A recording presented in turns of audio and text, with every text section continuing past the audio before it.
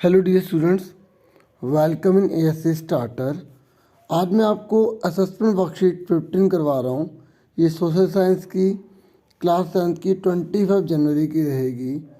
देखिए, इसमें एक तो पैसेज है और आपसे उसमें 3 क्वेश्चन पूछे गए हैं।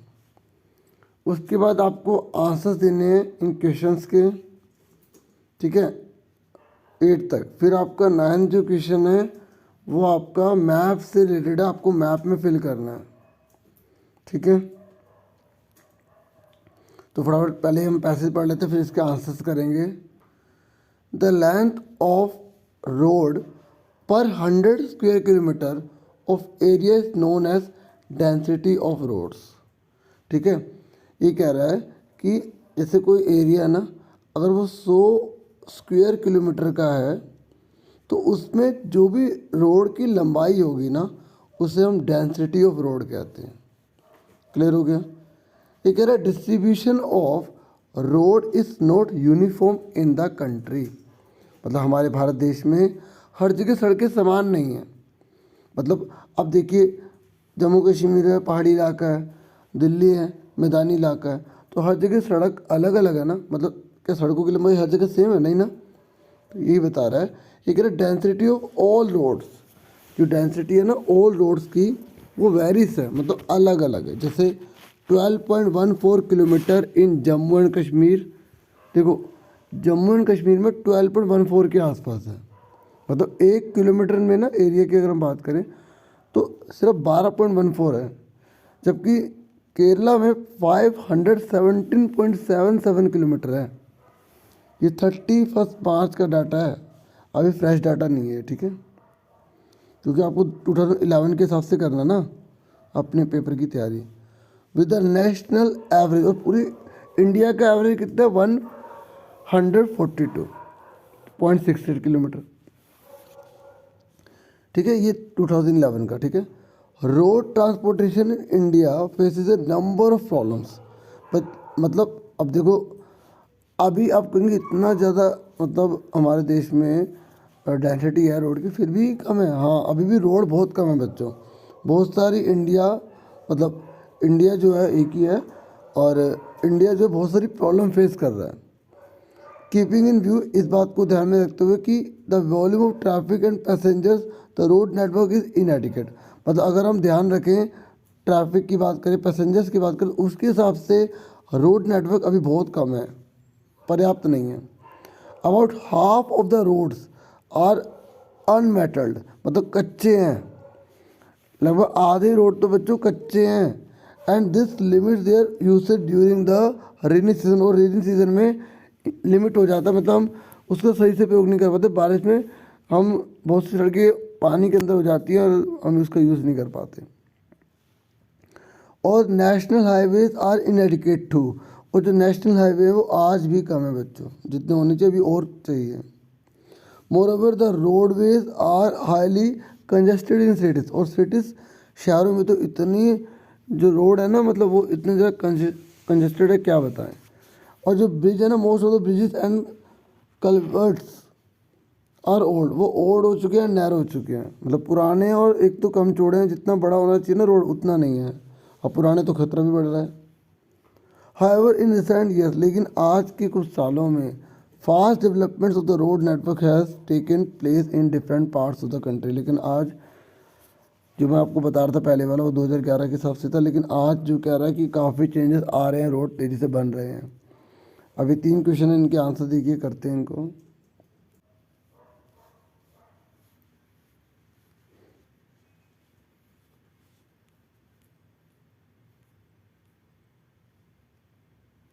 देखिए, पहला क्वेश्चन है, which state of India has highest road density. मतलब भारत में वो कौन सा स्टेट है जिसमें सबसे ज़्यादा डेंसिटी है रोड की। तो अभी हमने पढ़ा था ना, केरला इतना था, 517.77 किलोमीटर पर 100 स्क्वायर किलोमीटर, है ना। तो वही आप लिख देंगे। नेक्स्ट है, ठीक है, देखो मेन आप अगर केरल भी लिख दोगे तब भी सही है, लेकिन अगर आप पूरा बताना चाहे पूरा भी आप बता सकते हैं। नेक्स्ट है, what do you understand by road density. Road density होती क्या है? पहली लाइन नहीं पढ़ी थी हमने, the length of the roads पर 100 square kilometre area is called road density. Next है what are the main problems facing by road transport of India. अभी हमने पढ़ा था कि जो हमारा रोड ट्रांसपोर्ट है उसको कौन कौन सी सबसे ज़्यादा मेन प्रॉब्लम जो फेस करनी पड़ती है। 2 नंबर का 2 पॉइंट बहुत हैं। तो सबसे पहले आप ये लिखा कीजिए कि following are the major problems facing road transport in India. पहला, द रोड ट्रांसपोर्ट या the road network is inadequate. ये इनएडिकेट है in view of the traffic and number of passengers. ठीक है, अगर हम पैसेंजर्स को लेकर बात करें या ट्रैफिक को लेकर बात करें तो रोड नेटवर्क बहुत कम है। Almost half of the roads in India are unpaved and their use is limited। मतलब वो कच्चे हैं, पूरी तरह से बने हुए नहीं हैं और लिमिटेड है उनका यूज़ करना, क्योंकि बारिश में उनका यूज़ लिमिटेड हो जाता है। और national highways are also inadequate. National highways भी बहुत कम है, कोई से 2 लिख देना। Along with this the road in the cities are also narrow. और जो रोड्स हैं ना वो भी बहुत नैरो हैं। एंड क्राउडेड एंड और बहुत भीड़ बड़े हैं, बहुत भीड़ भारी है, मतलब बहुत ज़्यादा भीड़ है। And the bridges and culverts built on them are old. और जो भी कलवर्ट्स हैं और जो भी ब्रिज हैं वो एक तो ओल्ड और क्रैम्ड हुए हैं। ठीक है, मतलब उन पर अभी ध्यान देने की ज़रूरत है बहुत ज़्यादा। अब देखिए क्वेश्चन आंसर है 2 एडवांटेजेस बोली गई है आपको कम्युनिकेशन के ऊपर। तो देखिए कम्युनिकेशन तो बहुत ज़रूरी है ना बच्चों। और कौन से कम्युनिकेशन की बात कर रहे हैं, मतलब जैसे मैं आपसे कांटेक्ट कर रहा हूँ, ठीक है, तो जिसमें इंफॉर्मेशन को, आइडियाज़ को 1 पर्सन से अनदर पर्सन को हम कम्युनिकेट करते हैं ना, उसके लिए। लेकिन वो जो हिंदी मीडियम है ना उसमें मास कम्युनिकेशन की बात की है। ठीक है, तो मास कम्युनिकेशन के हिसाब से आंसर बता रहा हूँ। भाई कम्युनिकेशन तो आपको पता है, से हम अपनी इंफॉर्मेशन दूसरे को ट्रांसफ़र कर सकते हैं, अपनी प्रॉब्लम को सॉल्व कर सकते हैं। कम्युनिकेशन पता है ना आपको होता है क्या, 2 या 2 से जो ज़्यादा पीपल हैं वो आपस में एक दूसरे से क्या कर रहे हैं, इंफॉर्मेशन ट्रांसफ़र कर रहे हैं। वो इनडायरेक्टली भी हो सकता है, डायरेक्टली भी हो सकता है। ठीक है, सूचना देना मतलब है ना कम्युनिकेशन के ज़रिए।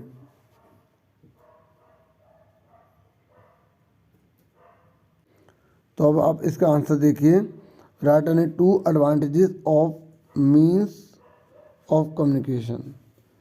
तो पहले लिखिए following are the 2 advantages of the mass communication. Mass communication के हम फ़ायदे बता रहे हैं। पर जो मास कम्युनिकेशन का मतलब ये होता है कि जब एक साथ बहुत बड़ी मात्रा में हम बहुत से लोगों से संपर्क कर पाते हैं, कॉन्टैक्ट कर पाते हैं। जैसे आप टेलीविज़न देखते हैं, आप रेडियो देखते हैं, इस तरीके से। ठीक है, तो with the means of mass communication one thing at a time can be reached to millions of people। एक ही समय में हम एक साथ बहुत से लोगों तक जो है इंफॉर्मेशन पहुंचा सकते हैं। दूसरा, the means of mass communication have brought awareness. ये लोगों में जागरूकता लाया है। And responsibility among the people. और लोगों में क्या करा है, जिम्मेदारी लेकर आया है। अब जैसे उसमें मास नहीं लिखा तो आप आंसर में मास मत लिखिए, तब भी कोई आपको दिक्कत नहीं है। ठीक है, तो अब कम्युनिकेशन का बताना है और आप बता सकते हैं आराम से।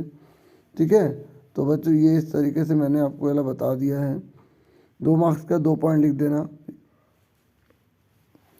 नेक्स्ट है explain the importance of airways. ये जो एयरवेज है ना, इसकी इम्पोर्टेंस क्या है। The importance of air transport are as follows. जो इम्पोर्टेंस है ना एयर ट्रांसपोर्ट की, जैसे एरोप्लेन है, हेलीकॉप्टर है, इनकी क्या बेनिफिट है। पहला आप बताएंगे कि it is the fastest mode of transport. It is the fastest mode of transport. ये सबसे तीव्रगामी, बहुत स्पीड से जाने वाला है। Next, through air transport. अगर हम एयर ट्रांसपोर्ट से जाते हैं, it has become possible to reach those part of the country which were very difficult to reach earlier. देखो एयर ट्रांसपोर्ट से हम उस जगह पर पहुंच सकते हैं जहां पर पहुंचना बहुत मुश्किल था। जैसे हम बात करें माउंटेन की बात करें, ठीक है, तो ऐसे इलाकों में हम एयर ट्रांसपोर्ट से इजीली पहुंच सकते हैं। फिर नेक्स्ट है transport and communication are complementary to each other explain. ये कह रहा है जो ट्रांसपोर्ट है और जो कम्युनिकेशन है वो एक दूसरे के जुड़े हुए हैं। कैसे कैसे एक दूसरे की हेल्प करने में ये बहुत बड़ी भूमिका निभाते हैं। और हमारे लिए बहुत बेनिफिट कैसे है, दोनों मिलके हमें कैसे लाभ प्रदान कर रहे हैं ये बताना है। तो आंसर है ये, the statement that transport and communication are complementary to each other is completely true. ये पूरी तरह सत्य है। कैसे? Transportability has transformed the world into a global village. देखिए ट्रांसपोर्टेबिलिटी आ गई है तो इससे क्या हुआ, पूरा का पूरा संसार एक ग्लोबल विलेज, एक गांव बन चुका है। अब आप कैसे कहेंगे? देखिए ट्रांसपोर्ट की वजह से आप एक दूसरे पे जा पाएंगे, आप उनसे कांटेक्ट कर पाएंगे, ठीक, कम्युनिकेट कर पाएंगे। और ये आखिर ट्रांसपोर्ट हो क्यों पा रहा है? ये कम्युनिकेशन से ही तो हो पा रहा है, इंटरनेट का यूज़ करके, फ़ोन का यूज़ करके हम, तभी तो पूरा बड़ा वर्ल्ड एक गांव बन पा रहा है, इसलिए। ठीक है। The local and international linkages of trade have provided growth momentum to the world economy. और पता है इससे क्या हुआ कि एक तो लोकल और इंटरनेशनल लिंकेज हो गया कम्युनिकेशन और ट्रांसपोर्ट की वजह से, जिसकी वजह से बहुत बड़ी मात्रा में ट्रेड जो है वो बढ़ रहा है, ग्रोथ हो रही है वर्ल्ड के अंदर। और people's life have become more convenient, और लोगों का जीवन भी बहुत ही ज़्यादा आरामदायक हो गया, बढ़िया हो गया ट्रांसपोर्ट और कम्युनिकेशन की वजह से। The means of transport and communication together have intensified the trade between the countries of the world. और विश्व के विभिन्न देशों के बीच में व्यापार करने में जो ये ट्रांसपोर्ट और जो कम्युनिकेशन है, इन्होंने इंटेंसिफाइड रोल प्ले किया है एक तरह से। ठीक है। नेक्स्ट क्वेश्चन पर आ जाइए। ये कह right the any 3 features of golden quadrilateral super highway. जो सुपर हाईवे है ना गोल्डन क्वाड्रिलेटरल, उसकी आपको 3 फीचर बतानी है। तो आप लिखेंगे the 3 features of golden quadrilateral Maharaja Marg are S follow. ठीक है, नहीं तो आप इसकी जगह सुपर हाईवे भी लिख सकते हैं।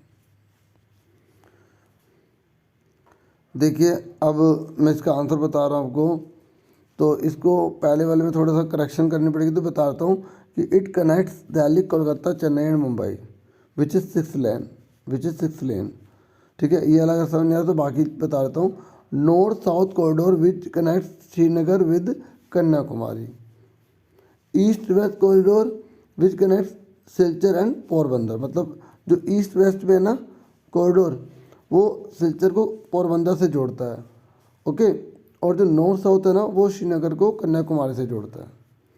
और the main purpose of this Maharaj Marg is to connect the metropolitan cities of India. ठीक है, मेट्रोपॉलिटन जो सिटी है उनको जोड़ना है। और जय highway project is under the jurisdiction of national highway authority of India, NHAI। मतलब इसका रखरखाव जो है ना कौन कर रहा है? NHAI कर रही है। ठीक है। अब 8th क्वेश्चन देखिए, ये कह रहा है which mode of transport is widely use in the north eastern state of India.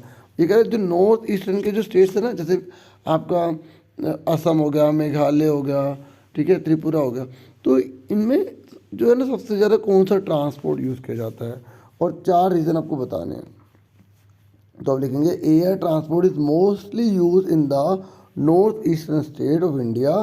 This mode of transport is use in this states for the following reasons. मतलब निम्नलिखित रीजनों के कारण, निम्नलिखित कारणों की वजह से ये यूज़ किया जा रहा है। कौन सा? Air transports. तो पहला, the north eastern state is mainly hilly region, पहाड़ी इलाका है ना, सो air transport is the best mode. ठीक है, इसलिए एयर ट्रांसपोर्ट बेस्ट है।